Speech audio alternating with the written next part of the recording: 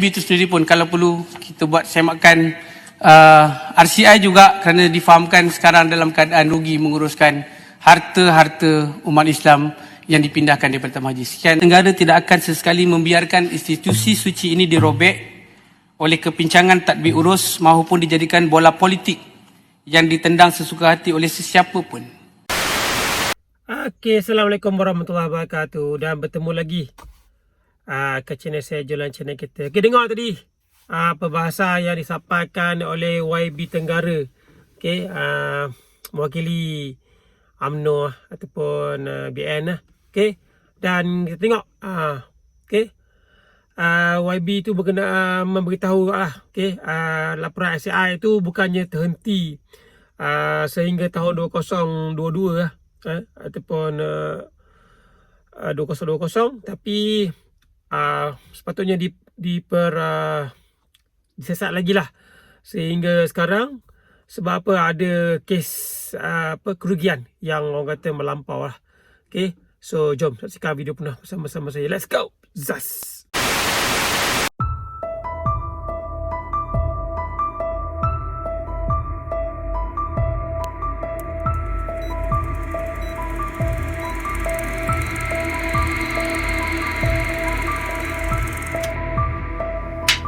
Laporan Suruhanjaya Diraja mengenai lembaga tabung haji ini. Tuan Yang Kedua, di tangan saya ni ada naskah Hansat bertarikh 13 Februari 1969 yang merupakan dokumen keramat yang mencatat detik dan menjadi saksi bisu membentangkan sebuah visi agung membebaskan wang keringat umat Islam daripada cengkaman riba demi menyahut seruan ke Baitullah. Ini adalah hansat pembentangan rang undang-undang lembaga urusan dan tabung haji yang dibentangkan oleh Allahyarham Tun Haji Abdul Razak Husin. Lembaran usang ini bukan sekadar tinta di atas kertas, tapi sumpah setia amanah kudus para pengasas yang meletakkan benteng maruah ekonomi Melayu Islam di bawah lembayung daulat sebuah institusi bernama Lembaga Urusan dan Tabung Haji. Dalam pembahasan laporan RCI ini, Tenggara bangkit untuk menegaskan satu hal, bahawasanya Tenggara tidak akan sesekali membiarkan institusi suci ini dirobek oleh kepincangan tadbir urus maupun dijadikan bola politik yang ditendang sesuka hati oleh sesiapa pun, hingga meruntuhkan kepercayaan jutaan pendeposit yang mengalirkan air mata RM1, RM2 semata-mata demi mengejar mabrurnya sebuah haji. Tuan Yang Dipertua, dalam beberapa siri pilihan raya kecil, kerap didengar perkataan sakau menyakau ni yang berlaku dalam lembaga tabung haji. Dan ia menjadi modal politik dalam pilihan raya, dan jika benar berbilion ringgit telah dirompak atau disakau, mengapa sehingga ke hari ini tiada seorang pun individu yang dihadapkan ke mahkamah atau didakwa atas tuduhan menipu wang pendeposit tabung haji? Dalam laporan RCI, tiada langsung menamakan atau mengaitkan mana-mana pemimpin politik, terutamanya daripada parti saya, UMNO Barisan Nasional, secara langsung dengan kecurian atau kehilangan dana. Kalau ada, di mana dalam laporan setebal 211 muka surat wujudnya kecurian wang atau sakau oleh mana-mana pemimpin parti politik, dan mana bukti hitam putih yang menyatakan menteri atau ahli politik telah memasukkan duit pendeposit ke dalam poket mereka sendiri. Tuan Yang Dipertua, laporan RCI jelas menunjukkan isu yang berlaku adalah berkaitan dengan kelemahan tadbir urus, kaedah perakaunan dan strategi pelaburan oleh pihak pengurusan profesional. Jadi adakah adil untuk pihak tertentu menukar kegagalan teknikal eksekutif menjadi peluru fitnah politik dengan menuduh parti lain ataupun parti yang sebelumnya ini menyakau? Tabung haji dipertikai pembayaran hibah dividen tinggi kepada jemaah muasasah pada era Barisan Nasional dahulu, saya sebut. Orang Tenggara ramai yang pesan kepada saya suruh tanya soalan ini. Jadi saya mewakili orang Tenggara nak tanya pada kerajaan. Formula apa yang diguna pakai dahulu semasa era yang macam tak betul itu? Dividen dan hibah tinggi 6.5%, tapi sekarang 3.5% saja. Dan ketika zaman suatu ketika dulu, kos kerja haji muasasah pula terbalik. Dulu kos sekitar RM9,578. Sekarang naik sehingga 33,300. Kan pelik. Dan pada rayuan-rayuan, isteri dapat, suami tak dapat, suami dapat, isteri tak dapat, confirm kena bayar yang 33,000 itu. Jadi adakah salah apabila sebuah kerajaan berusaha memastikan Makcik Kia sebagaimana disebut oleh Yang Berhormat Menteri pagi tadi di kampung dan pakcik di Fedah-Fedah mendapat pulangan dividen yang tinggi hasil simpanan mereka. Dan adakah berdosa apabila kerajaan dahulu memastikan subsidi haji kekal supaya umat Islam boleh ke Tanah Suci dengan kos yang murah dan mampu biaya. Dan itulah yang dinyatakan dalam rang undang-undang yang dibacakan oleh Allahyarham Tun Razak ini. Tujuan menubuhkan tabung haji adalah untuk membantu pendeposit menyimpan duit dengan selamat, dan segala keuntungan pelaburan tabung haji hendaklah digunakan untuk membantu pendeposit menaik hajinya. Tuan Yang Dipertua, negara juga nak menyanggah dengan tegas kenyataan Yang Berhormat Menteri pagi tadi mendakwa bahawa pengurusan lama lembaga tabung haji langsung tidak membalas atau memberi maklum balas terhadap Bank Negara dan Jabatan Akauntan Negara, Jabatan Audit Negara, dan ia adalah satu cubaan untuk mengelirukan Dewan. Saya tadi belik-belik dekat Facebook, ada keluar satu nota pada 26 Januari 2016 dengan izin dalam bahasa Inggeris. In relation to lembaga tabung haji, the institution has proactively taken appropriate measures to further strengthen its risk management proactive both on its own initiative and in respond to earlier engagement with the bank. This will reinforce a sustainable and healthy financial position of the institution going onward. Fakta pertama, ada tindakan fizikal, bukan membisu. Jangan putar belit fakta sejarah Yang Berhormat Menteri. Rekod rasmi surat saya sebut dah tadi pada 2016 sebaik saja menerima teguran Bank Negara Malaysia. Pada akhir 2012, pengurusan tabung haji telah mengambil tindakan konkret. Tabung haji telah memindahkan peruntukan sebanyak 300 juta ke dalam reserve mereka. Ini adalah bukti tertulis bahawa ada maklum balas dan tindakan intervensi yang dilakukan, dan bagaimana Yang Berhormat Menteri boleh kata tiada maklum balas langsung. Fakta kedua, maklum balas bertulis kepada Jabatan Audit Negara. Tabung haji tidak pernah lari dari pengauditan. Pihak tabung haji telah mengemukakan maklum balas rasmi melalui pelarasan polisi rosut nilai impairment pada tahun 2017. Walaupun kaedah perakaunan RAV itu dipertikaikan, hari ini melalui laporan RCI, hakikatnya ialah maklum balas dan hujah teknikal yang dikemukakan oleh pengurusan tabung haji dan jururadik mereka pada waktu itu. Ketua Audit Negara ambil maklum balas tersebut, mengeluarkan emphasize of matter penegasan perkara dalam laporan penyata kewangan 2017.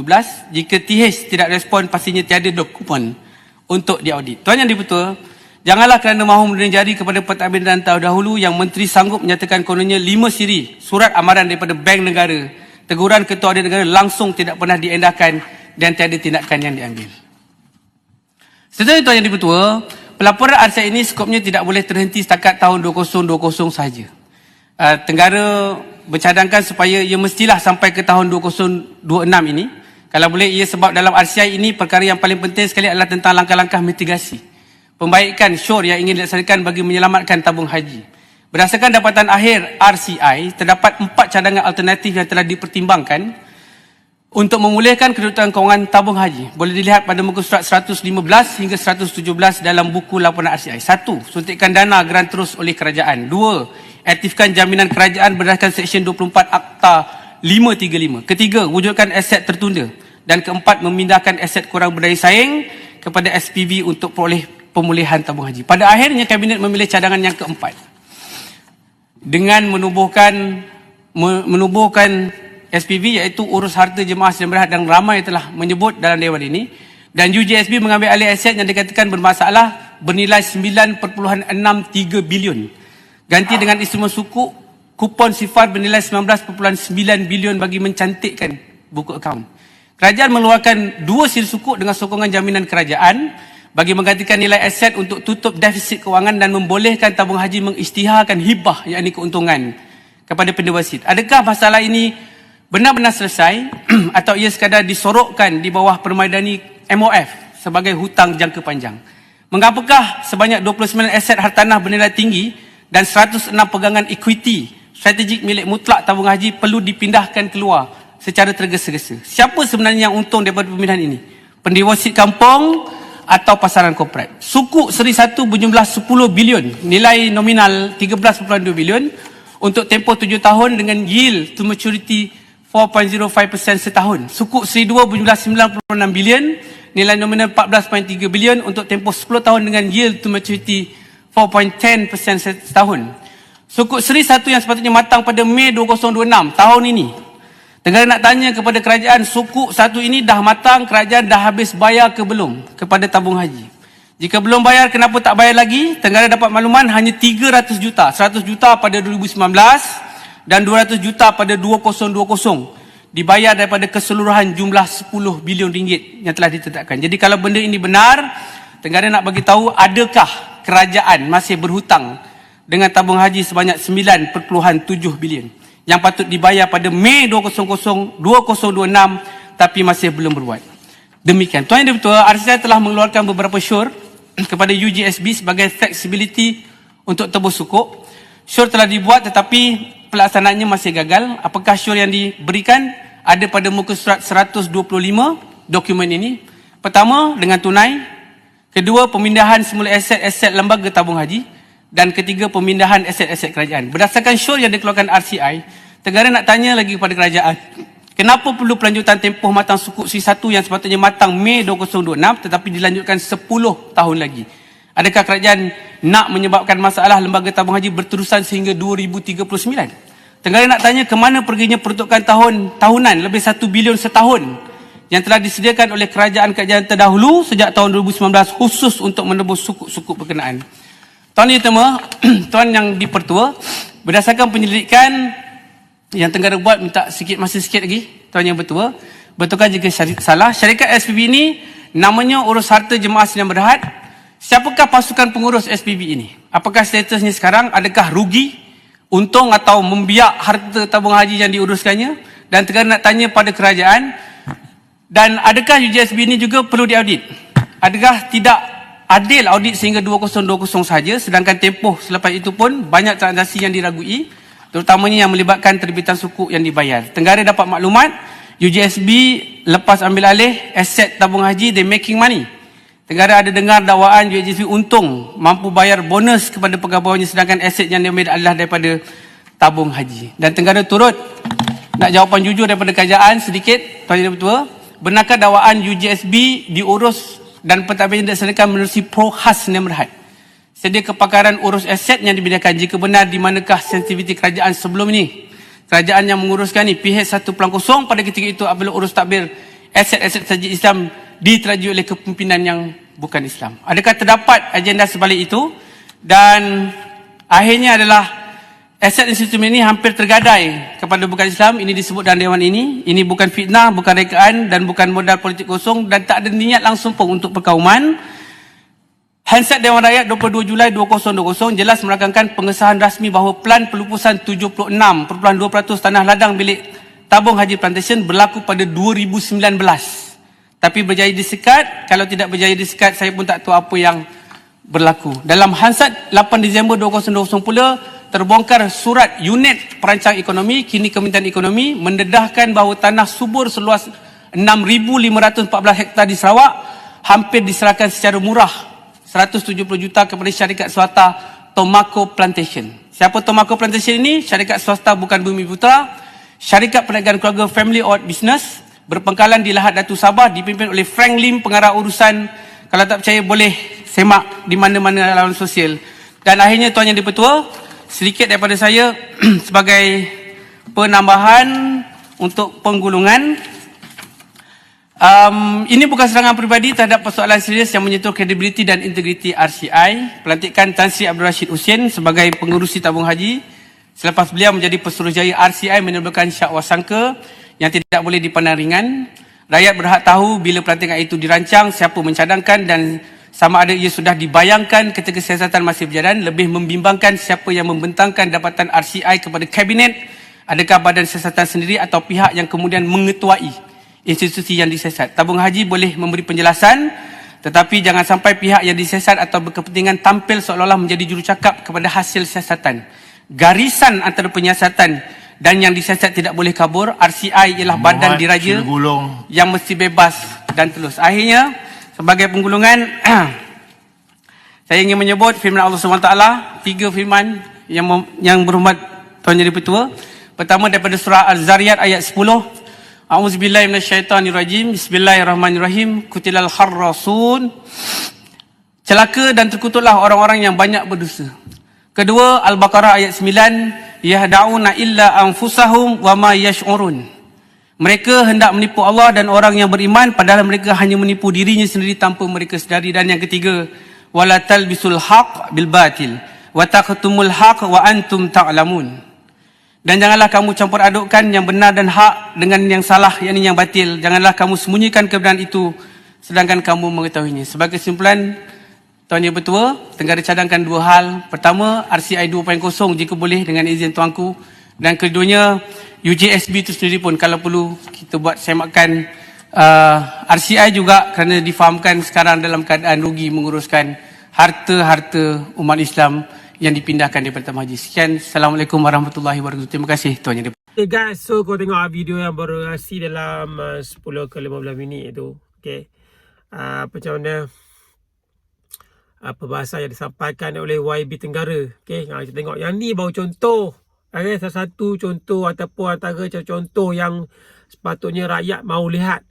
Okay, perbahasan yang dah dibuatkan juga, dah dilaksanakan juga perbahasan berkenaan dengan ICI tabung haji ni. Kita tengok, okey, sebenarnya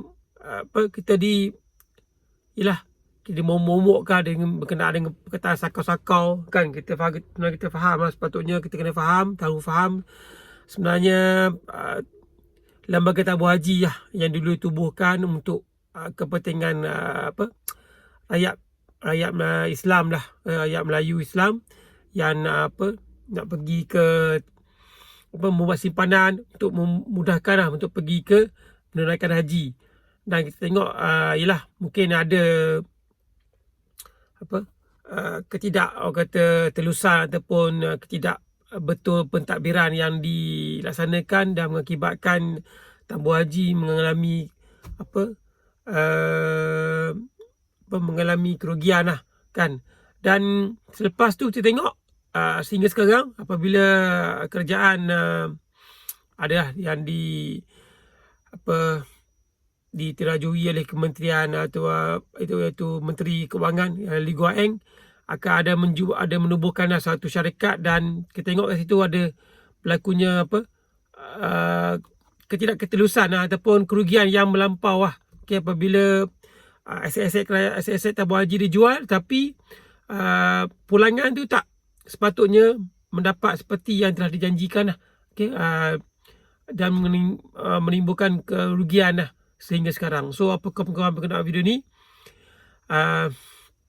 Macam ni lah contoh-contoh yang perbahasan yang disampaikan oleh YB yang kita perlukan lah di Dewan Parlimen yang mulia tu kan.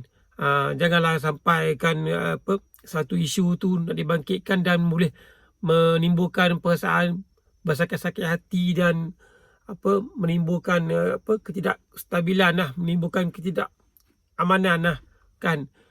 Sampai mengatakan menuduh orang Islam ataupun orang Melayu ni boleh sakau, boleh membuat apa-apa yang tak elok lah kan. Janji dia Melayu, janji Islam. So mohon Yang Di-Pertuan Agong mantau lah sikap-sikap YB di parlimen ni. Jangan sampai boleh menormalisasikan perkara-perkara yang tak elok.